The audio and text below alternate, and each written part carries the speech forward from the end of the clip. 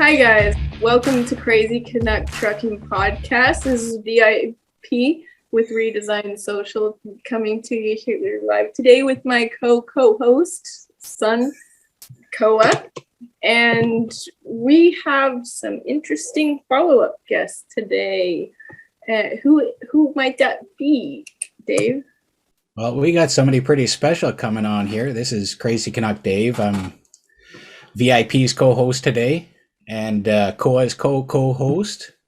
And we have somebody pretty special, so we're doing something a little bit different again. We seem to be saying that a lot. We're doing something different. We're not really doing something different. We just go with what seems to work. And this time, we're going to have somebody that is related to one of our last guests. What can you tell us about her, VIP? Well, I know she must be a very special woman because, well, it's a her.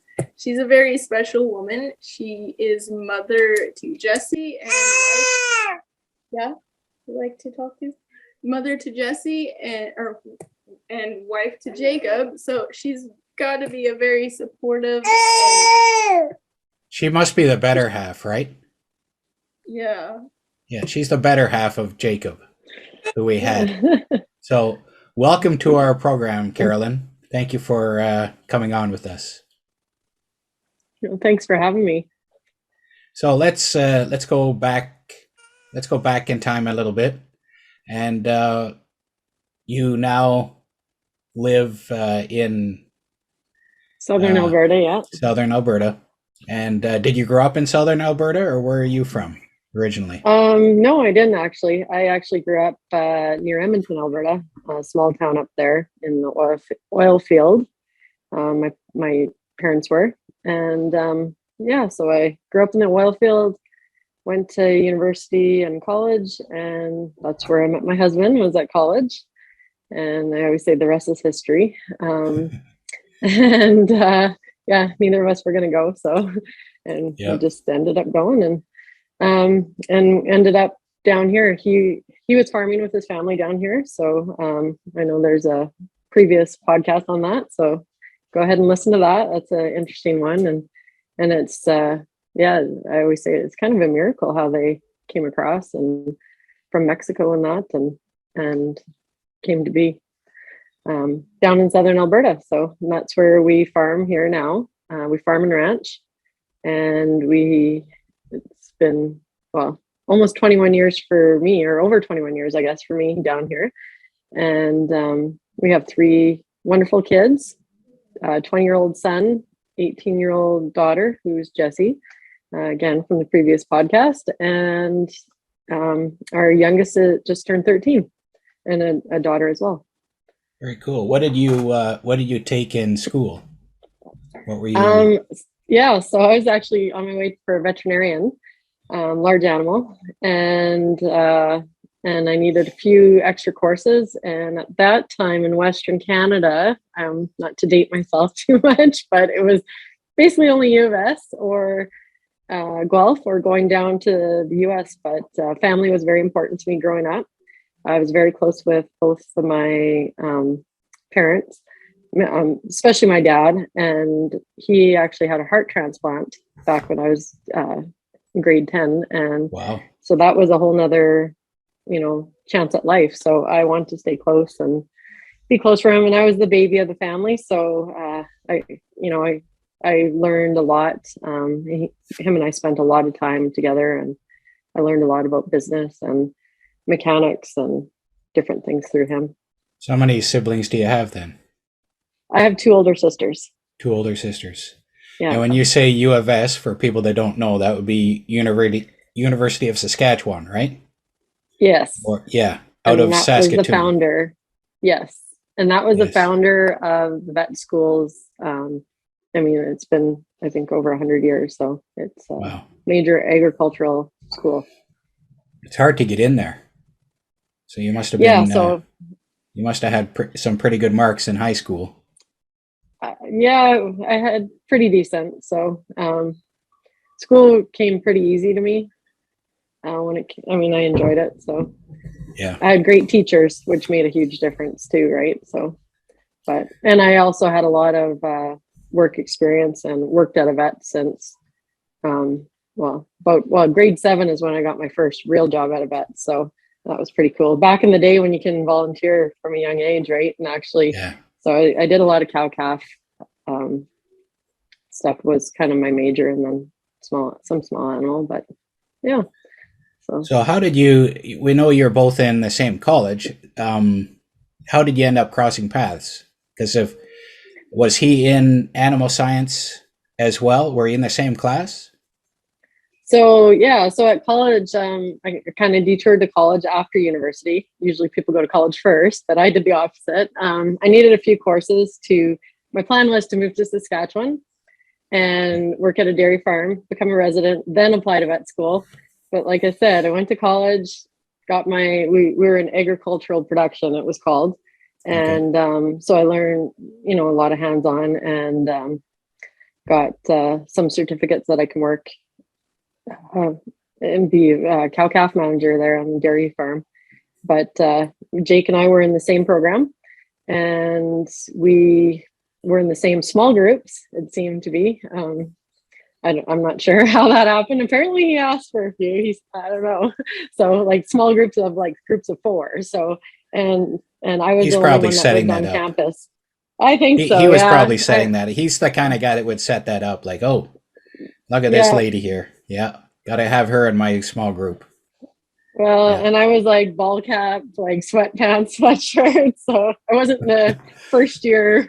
No, but I was the only one on campus, and everybody would kind of come to my place. So because we had to do cow-calf overnighters and stuff like that. So everyone crashed on my floor in the living room. Yeah. Nice. So you met him. Obviously, he's probably like way older than you. And only a couple of years, but we'll go with that. Yeah. Thanks so. We know he gives you a hard time, so we got to give him a hard time, right? Yeah. So that's why we say you're the better half.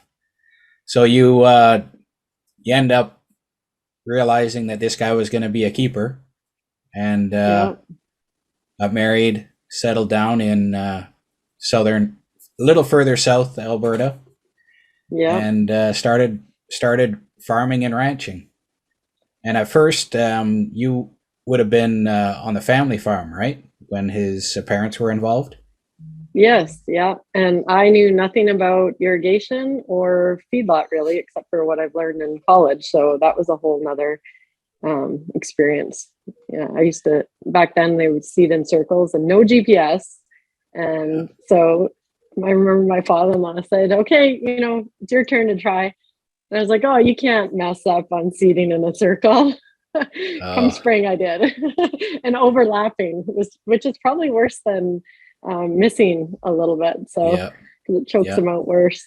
Yeah, but it does. Needless to say, that was the last time I seeded. And I'm like, okay, you guys, that's your job. So you guys are good at it. I'll stick to the cows and the bugs. I did a lot of square fields or odd shaped fields in Manitoba. I was in agriculture, and I grew up on a farm too. So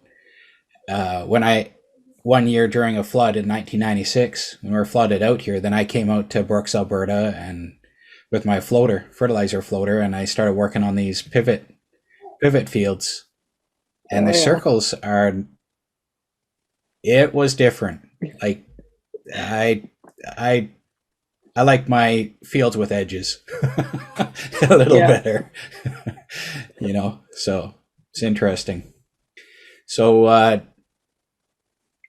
you talk, or Jacob has talked about how, like he promised you a walkout basement and show up and all there is a hole in the ground. Yeah. So tell us, you must be an amazing lady to have a guy like Jake and then him tell you stuff like this and you show up and it's like, really?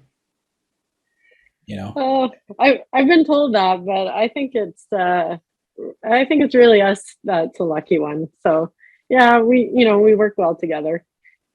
There's things that we realize that we don't work well, but he he's been a great husband and father and partner in life. So, and that's what we both wanted at the beginning. So, no, and you got to have humor in there, right? I think without humor, it's hard to deal with some things in life. Yeah, and I think he's fairly analytical, you know, in some ways, and he likes to figure out if something's not working. He likes to figure it out and figure out things that are working, and never be content to just sit and that's got to work for a relationship as well, you know, when you both have a mind to learn and listen and make things better, right? Yeah, we tend to be very analytical, both of us. That's, you know, going with the colors thing. We both say no. Like when we ask each other a question, we used to always say no right off the bat. So we've learned over the years to say, well, let's think about it, or let's talk about it later. Yeah. It can be so often our first reaction is like, no, what are you doing? You know? And that's really good to take time and think about it and see what can be done better, right? Or listen to what the other person has had to say. So we had Jesse, we had Jacob on, and we had to do a second episode with him because it was not going to work into just one episode, and I'd wanted to talk to him about Jesse because of I know how some of these events can be, and how much you can learn from them. And I wanted our listeners to hear that, because I know my experience, the learning I've had to do with the things I've been through has been invaluable in my life, with my family, with my wife, with life in general. And I was putting some thought into another co-host, and Jacob sends me a message the other day and says, "Hey, what about interviewing Carolyn or Jesse?" I'm like, that's a good idea.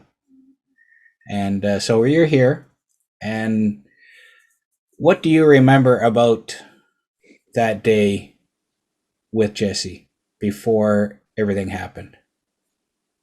So that day definitely, I think in any kind of crisis or traumatic experience in your life, you either choose to forget it or you never forget it. And that's how it was with me. Like I can picture it just like it was yesterday. And I can remember everything. We were outside. I just remember it was after supper. It was my youngest 7-month birthday. And, you know, we try to celebrate, and it was springtime seating, so it was quite busy.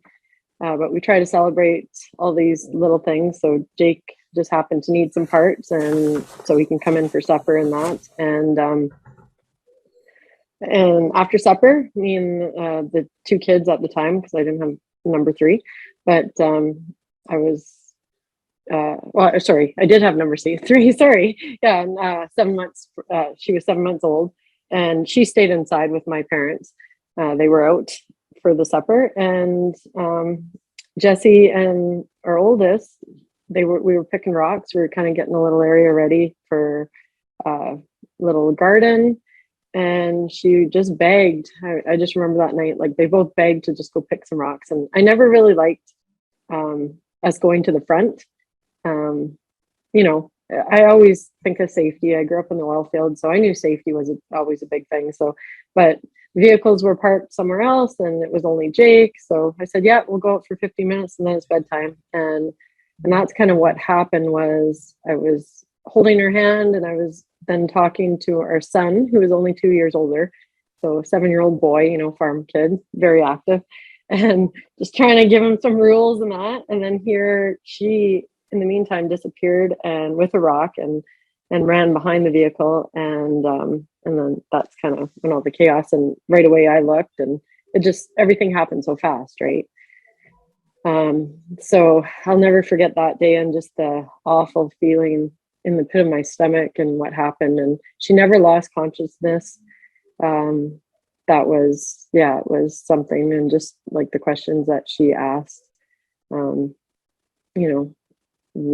first of all, what happened? And that was a big thing was, if daddy loves me so much, why did he run me over? And she just says, and then within, I think, 10 minutes or so, she said, "It's going to be okay, Mom. I know, because there's somebody with me right now." And she, at that time, she thought like angels were there. And so, yeah, it was pretty incredible, what had happened. And just like the miracles too along the way that happened within that. Like Jake was talking about the spine board and how we went to the hospitals and that. And obviously we rushed. My parents thankfully were there. Jake's parents lived on the farm too, but the farm, as you know, has to keep going. And it was only the 4 of us at the time that ran it. And cows, they need to be fed, and the horses need to be fed. So, and the field still needs to get put in. So it was, we rushed to the hospital in our vehicle and followed the ambulances. And then the children's hospital is where we ended up. I Calgary. don't think in Calgary. So amazing hospital.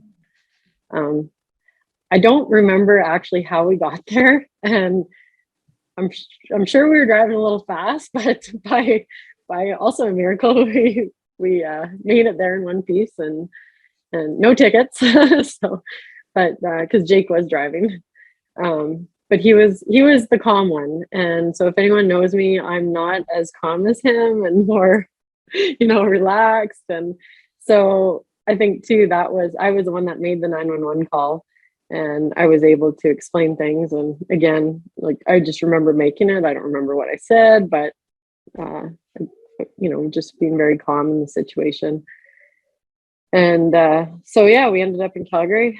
And I think within a few days, I had to, or our kids were brought to us as a mom and a young mom back then. I was still nursing their 7-month-old. So there was all that too, right? So if any women listening, they understand all the things that could happen there. So so I wasn't feeling the greatest as well health-wise at that point after 2 days and not sleeping. And our son was pulled out of school and we ended up living at the Ronald McDonald house, the 3 of us mainly, and Jake ended up staying in the hospital room because so much was going on with Jesse and the doctors didn't even know what to do. Because in that situation, there was actually nobody alive at that point that had so much going on in her body. So between the doctors and at this time, she had like over 7 specialists that were seeing her every day and the nurses and everything, but they were just amazing there. I know how I react when my kids get hurt. Did you feel anger? What emotion were you feeling at the time, like when it first happened, or was things just moving too fast to process what was going on? No, I didn't feel any anger at the time. It was definitely a shock. It was, okay, what can we do in the moment and just keep things going? I was very grateful. We had support. Actually, a friend was coming down. We lived on the farm at this time, and a friend was coming down the road. And she saw the ambulance and she pulled in, and she was actually the one that drove me to the local hospital. And again, like there's no way I could have driven because Jake, I believe Jake was in the ambulance with her. I can't remember, but only one of us could fit.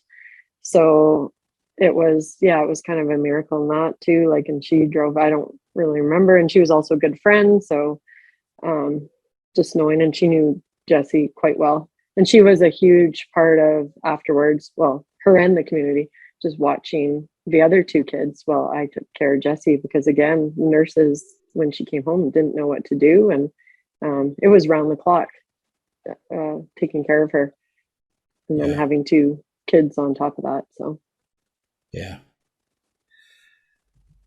What how long did it take before you thought that she was going to pull through and was going to survive?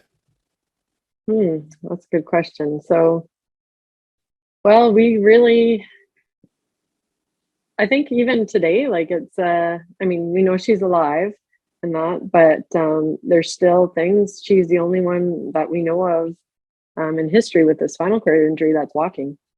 So, yeah, we don't know from day to day what's going to happen, but so far everything's been good and clear.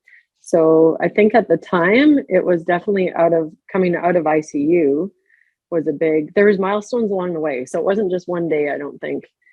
She was in ICU for about a week.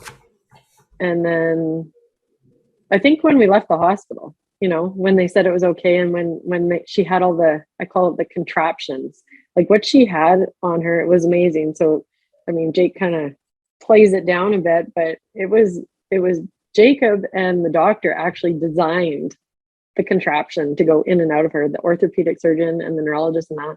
And I said, like, if he wasn't innovative and a farm boy, I don't think he would have, I don't know if she would have survived, because it was their thought process together, putting these, like, she had stainless steel.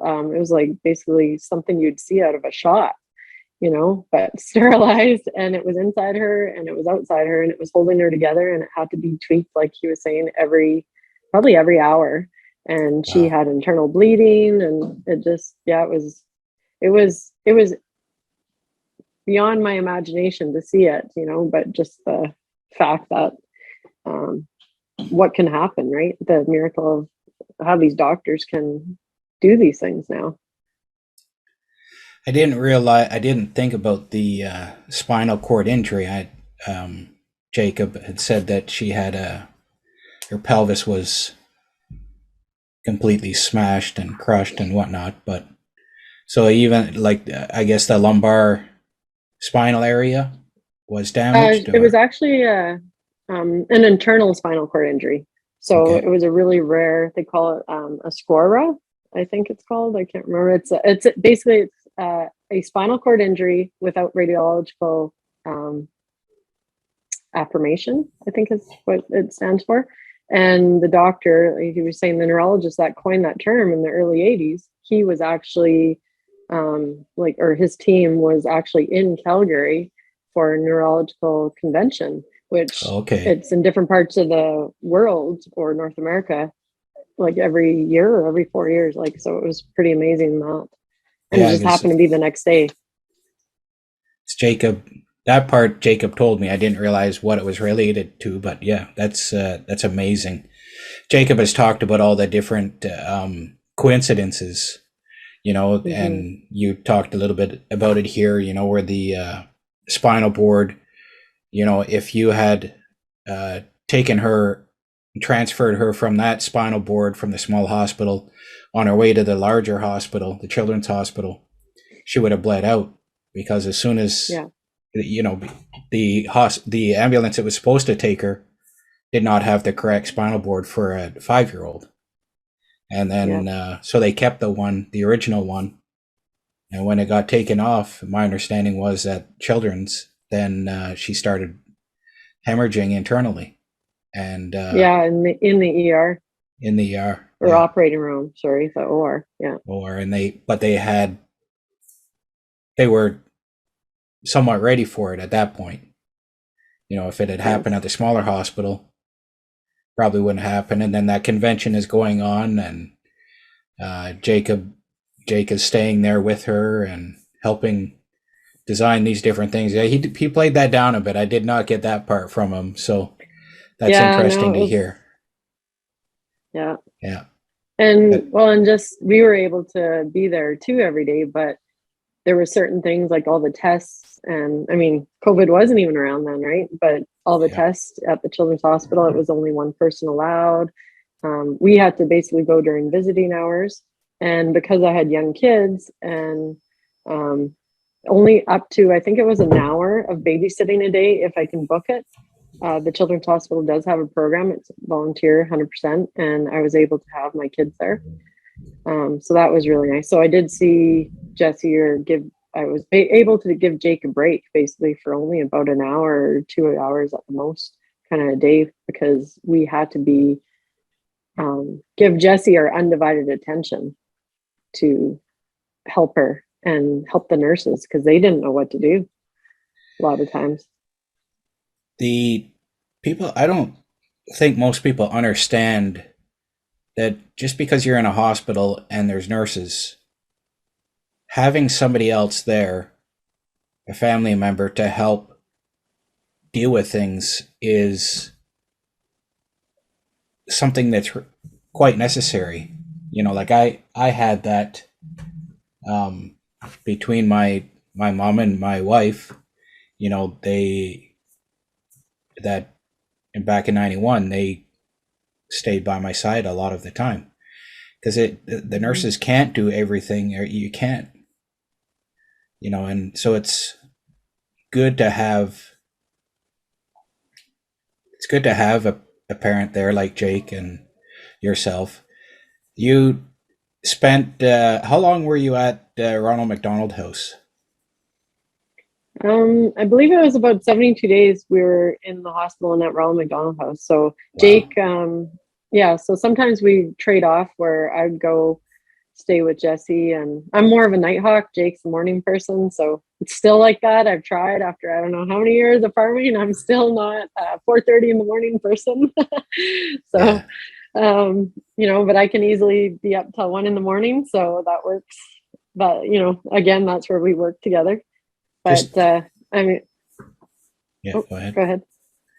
No, I was going to say, I heard a story about you, staying up later than him and then going for a walk didn't work out so well. Oh yeah, I have the side effects on my face a little bit. Yeah, I didn't really go for a walk. It was just a beautiful night for the stars. But let's not. I forgot about that. I forgot that was said on here.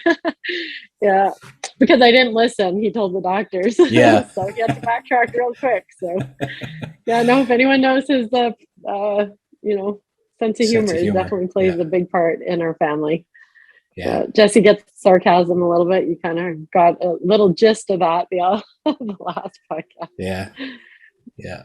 But no, I did want to say though, and the reason why the nurses, of course they knew stuff, but it was spring, summer, so there was a big turnover with nurses, and they called it, we were in the penthouse of the trauma ward, because we were there for so long. So we had to help them and show them what to do. And a lot of times it took 3 or 4 people to turn her on her side or do things because of the contraption on the outside.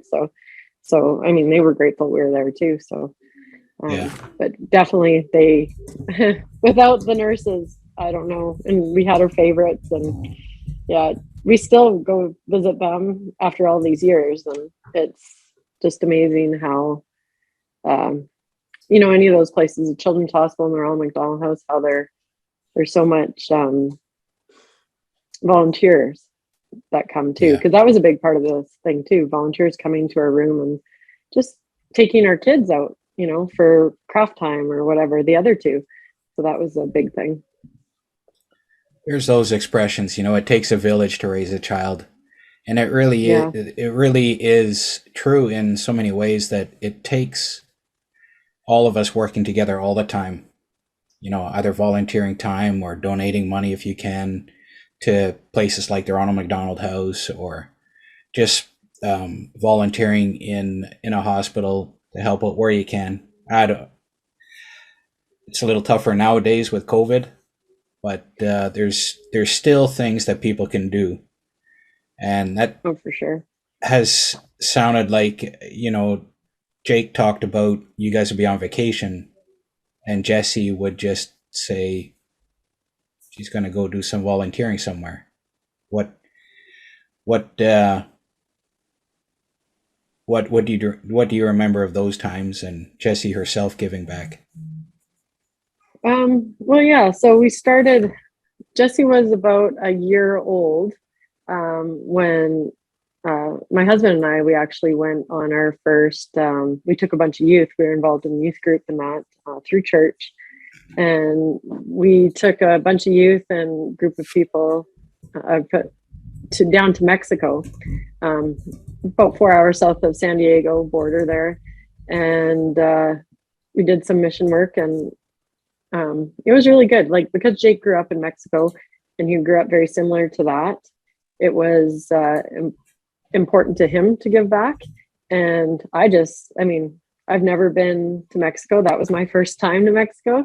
I think I've only ever been to Tijuana, but it was great to go and just to see the difference that it made in the kids' lives and that. And then we started doing that about every 4 years. And so then our kids would come. First time was my son. He was 10 years old. And so they see this, right? And the parents. And then what happened to Jessie, I've always talked about over the years. And just to really reinforce with her, because it's always been hard on her, the anniversary date. But then there was a turnaround in her, I think it was her early teens that really, and it was after one of these mission trips, just going to help. Like, we basically built a house that was the size of our small double car garage. And I mean, these families of like 6 or 8, right, are so happy to have them.